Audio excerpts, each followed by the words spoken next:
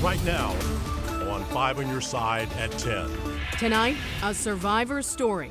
Hear from a teen who was in a St. Louis classroom when an active shooter opened fire, killing his teacher and shooting him in the face.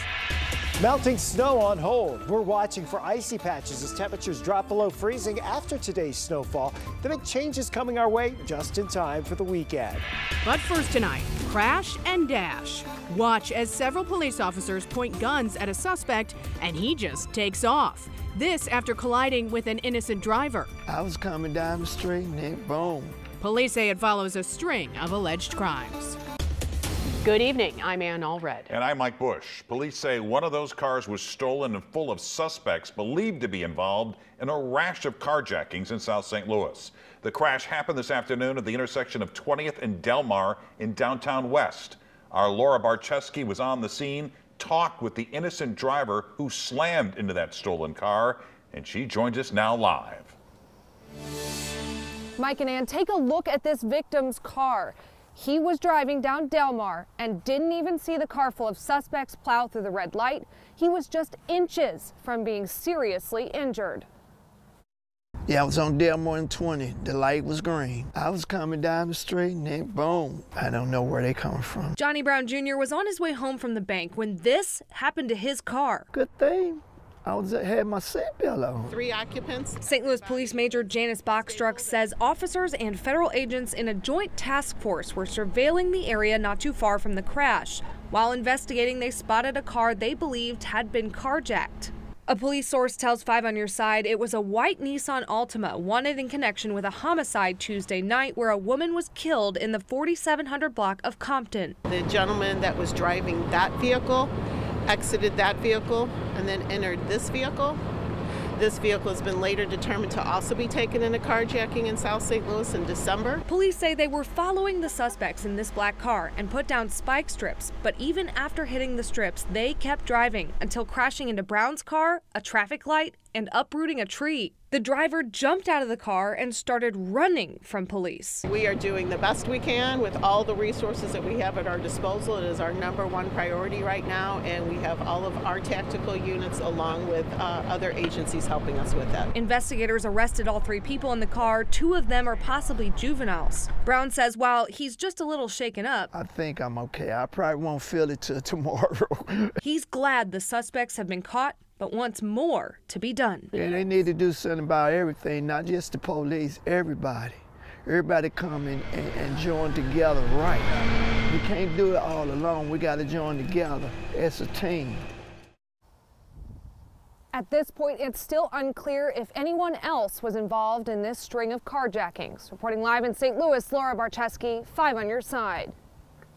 Here today, gone today. Tonight, there's very little evidence of the couple inches of heavy wet snow that fell early this morning. With temperatures above freezing, it melted pretty quickly in the St. Louis area. It is a different story down in Farmington, where up to 10 inches fell. The Farmington Fire Department received at least 24 calls this morning of knocked down trees, power lines, and cable lines.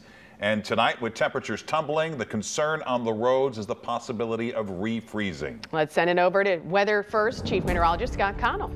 Well, we are talking about temperatures dropping back below freezing tonight. That after that wet snow fell this morning started around 2 o'clock. That's the time lapse there from Kirkwood as the snow picked up at the Kirkwood Farmers Market. That heavy wet snow resulted in some power outages across parts of the Ozarks and south central Missouri.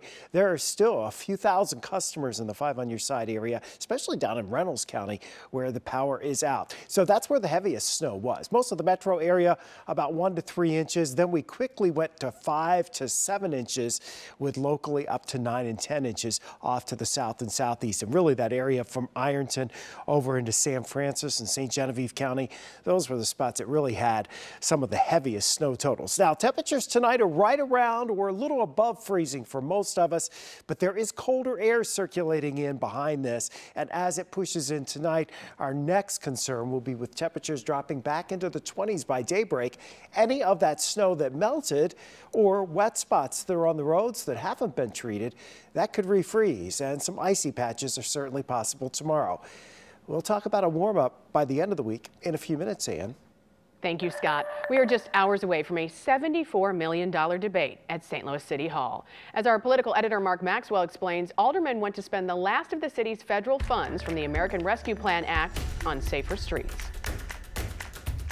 We got all this funding and we're talking about putting it in the streets. As St. Louis prepares to spend the city's last $74 million from the American Rescue Plan, this is one of the most dangerous areas in the entire United States. Alderman Brandon Bosley is teasing last-minute changes to the Safer Streets proposal. After all of this ARPA funding is gone, after all these opportunities are over with, we're going to be right back in the same place we were 30 years ago. Experts have long said the city's street design is outdated. Our streets are too wide. They were built for about 1 million people. This bill would spend $3.5 million to improve safety at the city's top 10 crash sites.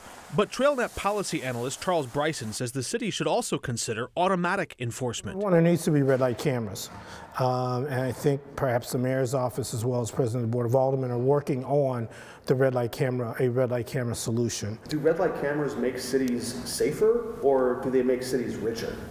They make cities safer in any study that you've seen. It only takes money out of your wallet if you're convicted of red light camera speeding or red light camera speeding. If you're not, then it doesn't affect you at all. Bosley says poor design is only part of the problem, made worse by reckless drivers. If you're not going to drive that car like it's your own, you're not going to drive it like you got a car note to pay next week, not like you got insurance to pay. He says streets full of stolen cars and drivers who ignore red lights put everyone else at risk. The police feel like they're gridlocked. Somebody runs a red light right in front of them. They have to make a choice on whether to go chase them, turn on the cherries. If they do turn on the cherries and that person speeds off at a faster rate and accidentally hit somebody, then it's, oh, the police was chasing them. Are you suggesting the city should look into red light cameras? Well, yeah, absolutely. I think that would be great as well. Reporting in St. Louis, Mark Maxwell, 5 on your side. Alderman Bosley plans to steer some of that funding away from snow plows and sidewalks and redirect that money into youth programming to train kids with career skills. Just a couple of hours ago, the Board of Aldermen for the city of Cool Valley voted to impeach its mayor. According to the articles of impeachment, Jason Stewart refused to share city financial records, including $230,000 in federal COVID relief funds. He's also accused of using a city vehicle and gas card for personal business. The vote took place even though Stewart sent a resignation email before tonight's meeting. Sending an email saying that you're retiring from politics isn't a resignation from the office. So from a legal perspective, he's still the mayor. The city attorney, Craig Smith, he advised that we go forward with the process. Mayor Stewart gained national attention when he announced he wanted to give every person in Cool Valley up to $1,000 in Bitcoin.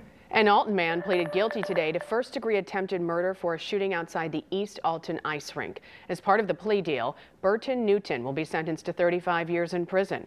The shooting happened a year ago. Newton shot 2 women, a mother and daughter, in a parking lot. Both survived. Police say it was a random crime. Tonight, a story you'll only see here on 5 on your side. He was shot when a gunman opened fire inside Central Visual and Performing Arts High School in October. Tonight, for the first time, we are hearing from student Brian Collins. Brent Solomon has the 15-year-old survival story. Planets and then stars and a crescent moon.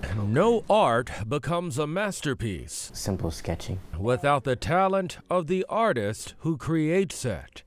15-year-old Brian Collins almost lost the ability to keep living his passion. Because I could have died. The Central Visual and Performing Arts student was in the classroom when a gunman walked in back in October, killing beloved teacher 61-year-old Jean Kushka and 15-year-old student Alexandria Bell. Collins was shot on the side of his face. You can still see the mark there, can't you? It's like a little bump.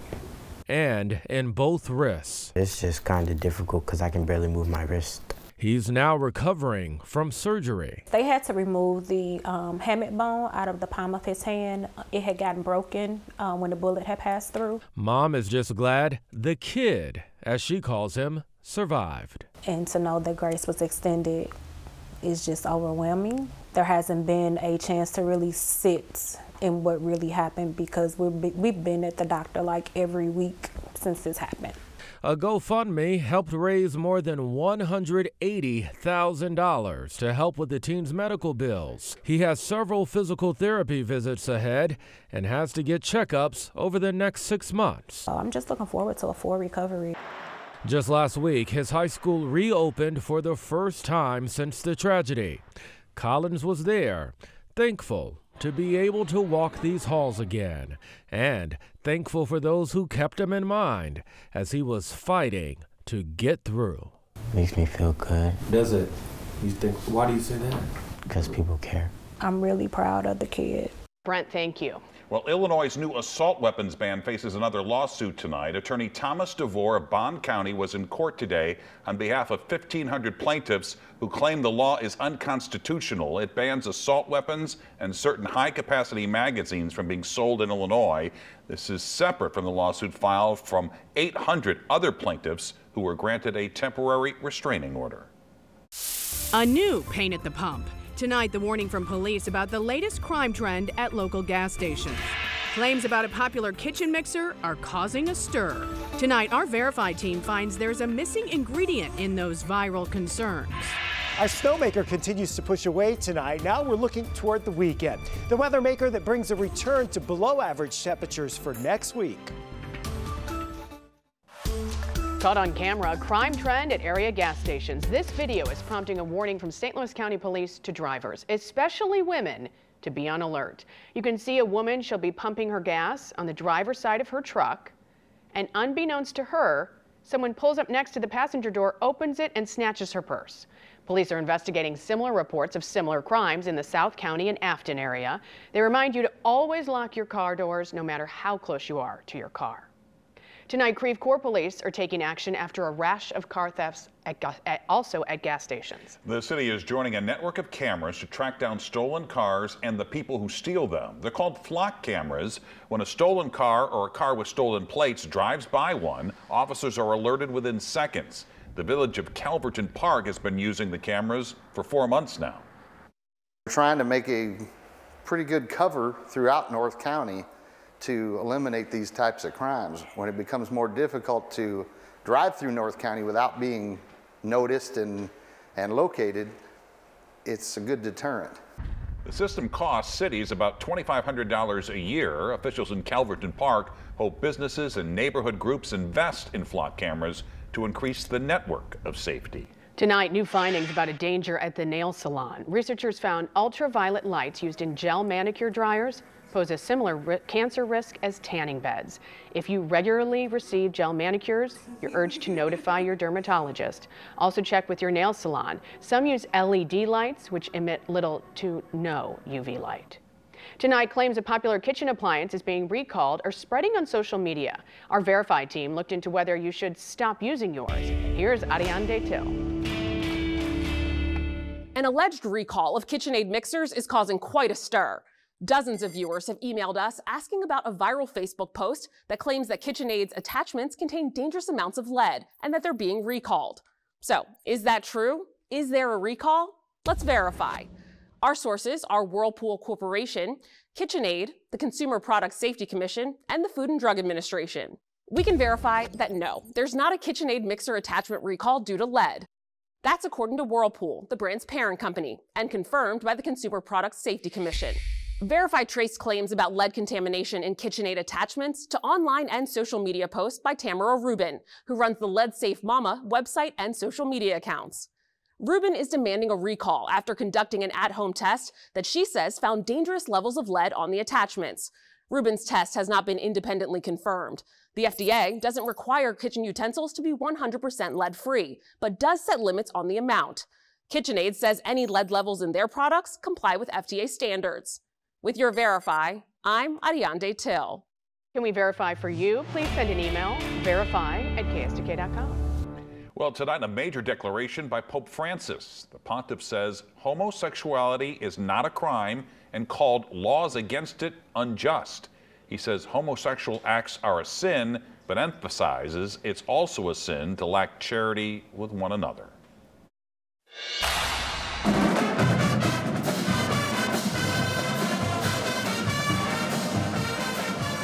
Well, just 2 months after performing at the Macy's Thanksgiving Day Parade in New York, Marching Mizzou has booked another prestigious parade.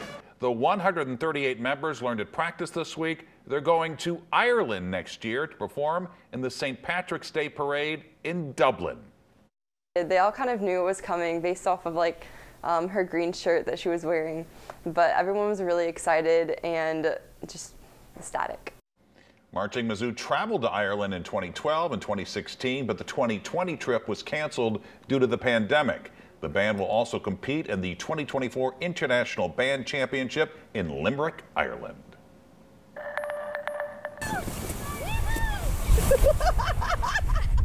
Some winter thrill seekers hitting Art Hill this morning before a lot of that snow melted. The quick melting wet snow didn't allow for them to go too fast or all the way down.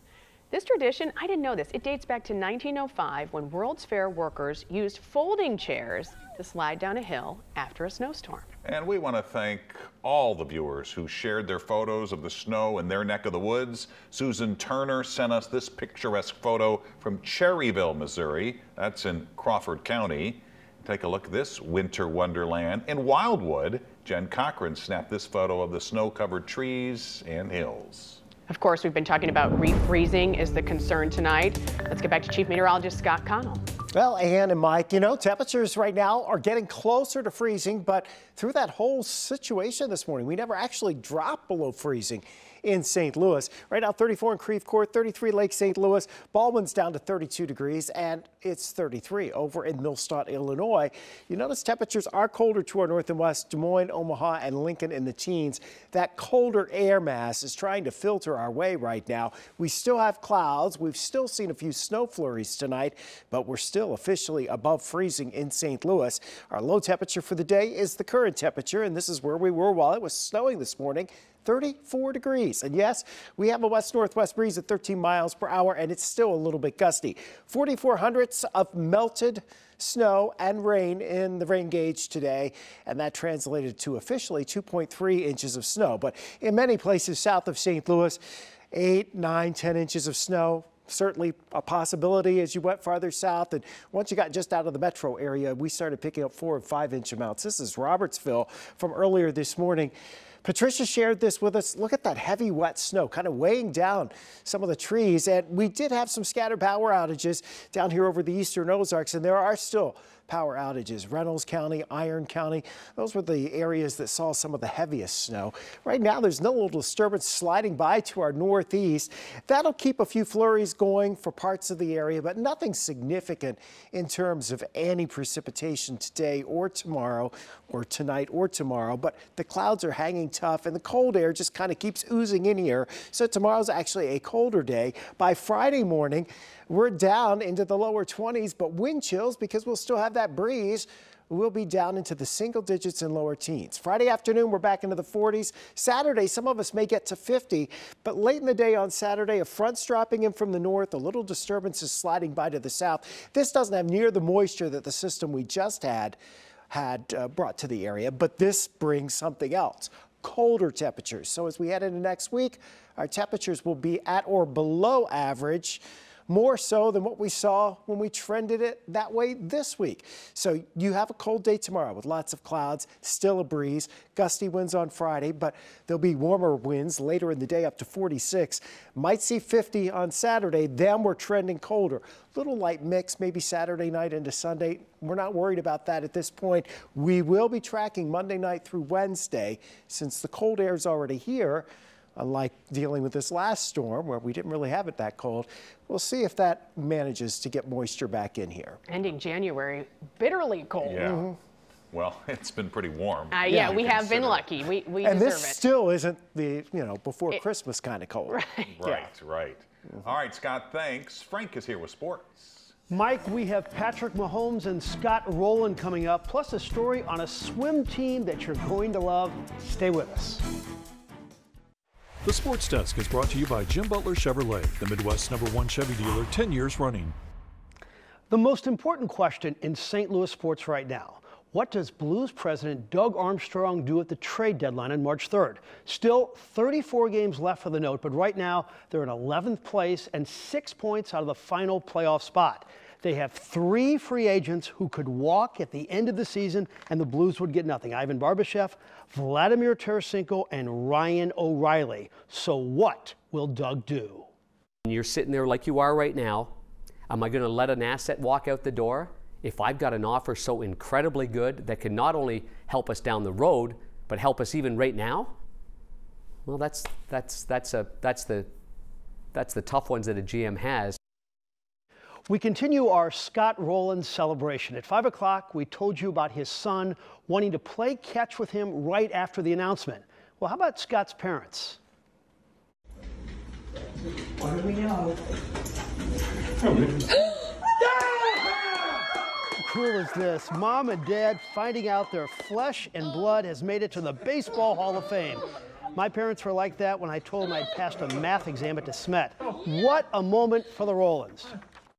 I'm from Southern Indiana. It's a hard-working community, that values, hard work and going to work, getting your job done and doing things right and treating people hopefully well and with respect. On top of that, I am Ed and Linda Rowland's son. They're kind of actions over words type people, and that's how we're brought up. Chiefs quarterback Patrick Mahomes began his practice week today. KC will face the Bengals on Sunday night, and Mahomes says the high ankle sprain is no big deal.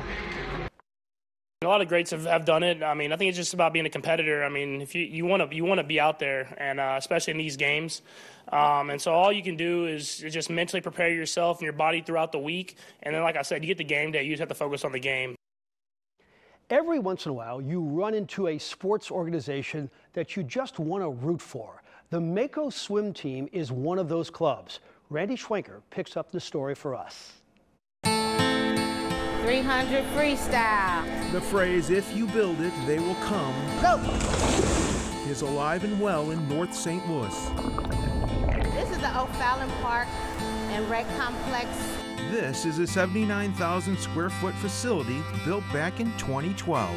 Before this facility came open, it wasn't anywhere for them to go. In the African American community, we have a very high rate of kids who drown. Kids in the inner city really didn't know how to swim, so we started with swim lessons. With so many kids diving into lessons, leaders decided to start a swim team. When I got on, it started about 6 kids. Now I'm up to 30. We're the only African American swim team that competes in the YMCA. It is hard work. Some members swim 5 days a week. We usually do like a mile. One time we did 2 miles. All those strokes paid off in a big way. We came in 2nd place at regionals last year, and that never happened. We got a nice trophy. All the kids got tons and tons of medals, and they were very excited about that. It's about self-confidence, and it's also about diversity in a sport. All the coaches who've seen us when we first started, they was like, wow. Now, and they see us now and see we real contenders, and they be like, oh man, I don't want to race your kid now. Big picture for Dr. King was this, that we would have children of color, number one, being able to swim in the same pool with people from different races, but also being able to excel as African Americans in all areas of life, in all sports, and in all activities.